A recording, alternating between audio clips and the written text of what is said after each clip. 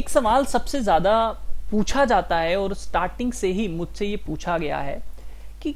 Some time हम देखते हैं कि जो बायर होता है वो ज्यादा होता है और सेलर कम होता है, बट फिर भी स्टॉक का प्राइस नीचे चल रहा होता है। जैसा कि आप ये देख रहे हैं, ये सिल्वर है, मैंने जो आपके सामने बताया, क्योंकि एक्चुअली क्या है कि रात को 10:50 पे वीडियो बना रहा हूं, तो रात को कमोडिटी मार्केट ही ओपन होती है। और यहाँ पे एक एग्जांपल भी बड़ी अच्छी मुझे मिली यहाँ पे कि सेलर जो है वो कम है और बायर जो है वो ज्यादा है, फिर भी ये सिल्वर जो है वो कम है। ठीक है, तो यही चीज स्टॉक के अंदर भी आपको काफी बार देखने को मिलती जरूर होगी, जो चीज मैं अभी लाइव आपको यहाँ पे दिखा रहा हूं। तो इसमें जो लोगों को डाउट रहता है, जो एक सवाल रहता है कि आखिर ऐसा क्यों है, जब बायर ज्यादा है सेलर कम है, तो इसका इंपैक्ट स्टॉक के ऊपर क्यों नहीं पड़ रहा, ऐसा क्यों नहीं हो रहा कि ये स्टॉक जो है वो नीचे जा नहीं रहा, या फिर आप कह सकते हो कि भैया यहाँ पे सेलर बहुत ज्यादा हो जाए बायर कम हो जाए और स्टॉक नीचे क्यों नहीं जा रहा। तो आपके मन में अगर ये सवाल है ना, तो आज की वीडियो में मैं आपका डाउट क्लियर कर दूंगा। लेकिन उसके पहले आपका और भी अगर कोई सवाल है स्टॉक मार्केट से रिलेटेड, टेक्निकल एनालिसिस से रिलेटेड कुछ भी, या किसी स्टॉक के ऊपर आप रिव्यू करना चाहते हैं, तो कमेंट करके मुझे जरूर बताइएगा और वीडियो को लाइक जरूर कर दीजिएगा। गाइस देखिए,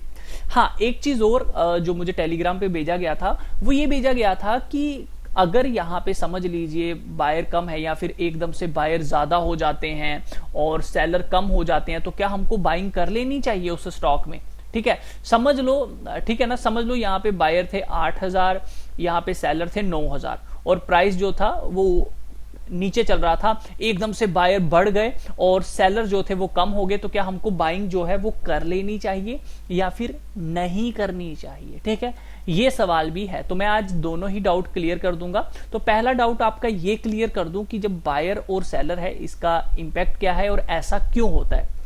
तो गाइस मैं आपको एक चीज बताता हूं, देखिए यहाँ पे जो आपको चीज शो होती है वो सिर्फ पहले 5 ऑर्डर शो हो रहे हैं। ठीक है, लेकिन जीरोधा पे एक फीचर है कि जीरोधा वाले जो हैं वो आपको 20 ऑर्डर बताते हैं। मतलब जैसे कि यहाँ पे ये टॉप के 5 बता रहे हैं ना, जो ऊपर वाला प्राइस सबसे मतलब लास्ट प्राइस पे जिन्होंने ऑर्डर लगाए हैं, लास्ट 5 ऑर्डर जो लगे हैं वो दिखा रहे हैं, लेकिन जीरोधा में वो 20 के करीब करीब ऑर्डर जो है वो दिखा देते हैं। तो गाइस सबसे पहले तो जान लो, ये जो यहाँ है, जो कोई यहाँ बैठा है, जो कोई यहाँ बैठा है, जो कोई यहाँ बैठा है, जो कोई यहाँ बैठा है, ठीक है, तो ये सब लोग एक लाइन में लगे होते हैं। किसी बंदे को इस लेवल पे बेचना है, किसी को इस लेवल पे बेचना है, किसी को इस लेवल पे बेचना है, किसी को इस लेवल पे, किसी को इस लेवल पे। तो ये 5 बंदे तो आपको दिख रहे हैं, लेकिन इसके अलावा ये जो 86 कुछ बंदे हैं ये आपको प्रॉपर नहीं दिख रहे। ठीक है, ये 89 बंदे जो बायर हैं ये आपको नहीं दिख रहे, आपको सिर्फ 5 दिखेंगे और जीरोधा में सिर्फ 20 दिखेंगे। ठीक है, तो ये एक चीज ये समझ लो। ठीक है, अब गाइस होता क्या है कि ये जो आप देख रहे हो कि यहाँ पे देख रहे हो, अब सेलर जो है वो क्या हो गया है, कम हुआ है थोड़ा, और बायर के करीब जो है वो आने वाला है तकरीबन, और प्राइस देखो नीचे ही जाता जा रहा है तब भी, जबकि सेलर कम हुए हैं, तो ये प्राइस ऊपर जाना चाहिए, आपके मन में ये चीज आनी चाहिए। ठीक है ना, देखो तो अब इसको समझना गाइस होता क्या है, जैसे कि आप यहाँ पे देख रहे हो किसी ने 1153 के पास बिड लगाई है। ठीक है, अब समझ लो कोई ऐसा बंदा है जिसने, कोई बंदा भी नहीं होता, कंपनी के ही बंदे होते हैं सारे, समझ लो ऑपरेटर होता है बड़ा बड़ा। समझ लो एक स्टॉक का प्राइस है, जैसे इसका ही लगा लो 67,952 है, कोई ऐसा बंदा है जिसको माल जो है वो 6,000 पे खरीदना है, समझ लो। ठीक है, वैसे तो बिड लगती नहीं है, इतनी दूर की बिड लगेगी नहीं, लेकिन 6,000 नहीं, जैसे कि इसका आज का जो लोअर सर्किट है वो कितना है, 65,980 का है। तो समझ लो ऑपरेटर ने क्या किया, इस लेवल पे एक क्या कर दी, बाइंग बिड लगा दी, बिड लगा दी उसने इस रेंज पे। अब देखो यार स्टॉक का जो प्राइस है वो इस रेंज पे तो जाएगा नहीं। ठीक है,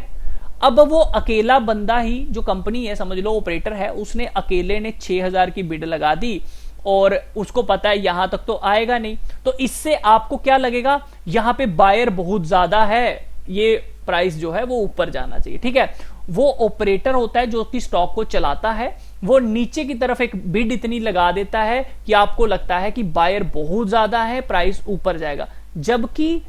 यहां तक तो प्राइस जाना ही नहीं है। उसी तरह सेल में वो क्या करेगा, वो अपर साइड कहीं एक बहुत बड़ी क्वांटिटी में बिड लगा देगा, जिसका स्टॉक के ऊपर कोई इंपैक्ट नहीं होगा। गाइस स्टॉक के ऊपर इंपैक्ट होता है ये वाले लेवल का कि यहां पे कौन बैठा हुआ है। अगर आपको ये जो लास्ट 5 वाले ऑर्डर हैं, यहां पे बहुत बड़ी बिड दिखती है बायर साइड या सेलर साइड, आपको बहुत ज्यादा कोई बड़ी क्वांटिटी में बायर या सेलर दिखता है, तो उसका जो इफेक्ट होता है वो स्टॉक के ऊपर जरूर पड़ता है, ठीक है, बाइंग सेलिंग में। बट अगर कोई बिड आपको दिख नहीं रही है और वो जो बिड है वो बिल्कुल नीचे लगाई हुई है, तो उसका इंपैक्ट ही नहीं पड़ेगा स्टॉक के ऊपर, वो तो वॉल्यूम ही जनरेट नहीं हुई, क्योंकि उस लेवल पे स्टॉक तो ट्रेड ही नहीं हुआ। अब यहां पे कोई 6000 क्वांटिटी एकदम से बाय करके जाता है तो गाइस वॉल्यूम में स्पाइक आएगा, वॉल्यूम बढ़ जाएगी यहां पे। लेकिन ये जो नीचे की तरफ वॉल्यूम बनी हुई है, नीचे की तरफ उसने बिड लगाई है, वो ट्रेड नहीं हो रहा है, वो सिर्फ एक बंदा है जो यहां पे बैठा हुआ है और बाकी लोग यहां पे हैं, तो प्राइस तो यहां तक आएगा ही नहीं, तो वो इसका कोई इफेक्ट पड़ेगा इसके साथ, ठीक है ना।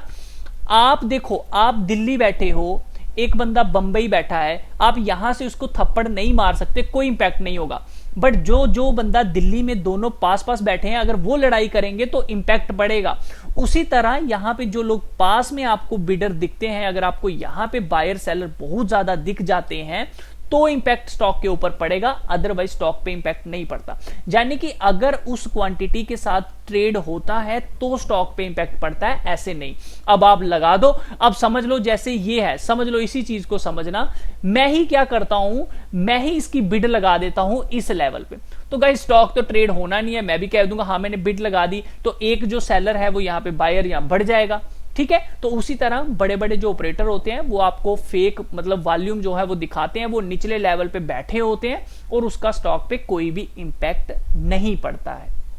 ठीक है। अब आपको अगर ये वॉल्यूम का इंपैक्ट लेना है कि भाई यहां पे बायर ज्यादा हो जाए, सेलर कम है, समझ लो यहां पे बायर जो थे वो कम थे, और समझो, अब समझना कि मैं अब आपको दिखाऊंगा कि इसका इंपैक्ट कैसे, फायदा कैसे उठाना है बाय और सेल का, ठीक है। बाय और सेल का फायदा कैसे उठाना है अगर वॉल्यूम इंक्रीज सही में होती है, कैसे हम मान ले सही वॉल्यूम है, ठीक है।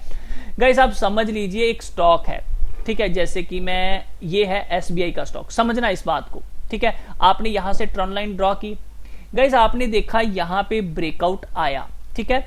जब स्टॉक यहां पे था तो आपने क्या किया, तब आप यहां पे देख रहे थे, आपने देखा यहां पे बहुत सारी क्वांटिटी थी और इस क्वांटिटी पे स्टॉक जो था कोई ले गया, ठीक है, समझ लो इस क्वांटिटी पे स्टॉक ले गया, और यहां पे क्या हुआ, यहां पे भी जो वॉल्यूम थी, यहां पे भी स्टॉक ने एक ब्रेकआउट दे दिया, ठीक है, स्टॉक ने भी यहां पे ब्रेकआउट दे दिया। या फिर क्या हुआ, जब स्टॉक ने यहां पे ब्रेकआउट दिया तो गाइस यहां पे समझ लो कि ये जो बायर थे ये बहुत ज्यादा हो गए और सेलर जो थे वो बहुत कम हो गए, तो मतलब जो सेलर थे वो कहीं ना कहीं बाहर निकल गए हैं डर के मारे। तो यहां पे जब वॉल्यूम चेंज होती है ऐसे लेवल पे, याद रखना, जब ऐसे लेवल पे वॉल्यूम चेंज होती है कि यहां पे एक ब्रेकआउट भी आता है और आप यहां पे ये भी नोटिस करते हो कि यहां पे सेलर कम था, बायर ज्यादा है, और सॉरी बायर कम था, सेलर ज्यादा था, बायर बढ़ गया, सेलर कम हो गया, और कम से कम मैं कहता हूं गाइस 3 से 4 मिनट 5 मिनट तक अगर वो बायर ज्यादा रह जाता है तो फिर इस वॉल्यूम का इंपैक्ट जो है वो स्टॉक के ऊपर पड़ता है, ये बात ध्यान में रख लीजिएगा। ये नहीं है एकदम से वॉल्यूम बढ़ गई यहां पे और यहां पे वॉल्यूम कम हो गई, स्टॉक का प्राइस ऊपर चला गया और उसके बाद वॉल्यूम कम हो गई, नहीं, कुछ देर के लिए वॉल्यूम जो है वो ऊपर ठहरनी चाहिए, कम से कम 5 मिनट तक तो वॉल्यूम ठहर जानी चाहिए। और जब ये वॉल्यूम बढ़ती है ना तो गाइस आपको यहां पे दिखेगा, ठीक है। ज्यादातर क्या होता है कि इस साइड ही वॉल्यूम कम हो जाती है, लोग यहां से निकलकर यहां शिफ्ट हो जाते हैं, ठीक है। जो सेल करने वाले होते हैं उनके एसएल हिट होते हैं, वो कहीं ना कहीं बायर करने आ जाते हैं, क्यों, क्योंकि उनको भी दिख गया होता है कि यहां पे एक ब्रेकआउट आ चुका है। तो गाइस ये एक फंडा था जो काफी टाइम से मुझसे पूछा जा रहा था कि बायर और सेलर का क्या इंपैक्ट है, क्या हमको यहां पे बाय करना है या फिर नहीं करना है, तो क्या इसका कोई इंपैक्ट पड़ता है या फिर नहीं पड़ता है। मैं उम्मीद करता हूं कि आपको आज ये चीज समझ आ गई होगी। अगर आपको आई है तो प्लीज लाइक करें, शेयर करें और अपने दोस्तों तक पहुंचाने की जरूर कोशिश करें। और सैमको में आप अकाउंट ओपन करवा सकते हैं हमारे रेफरेंस के बेनिफिट लेने के लिए। मिलता हूं नेक्स्ट वीडियो में, तब तक के लिए अपना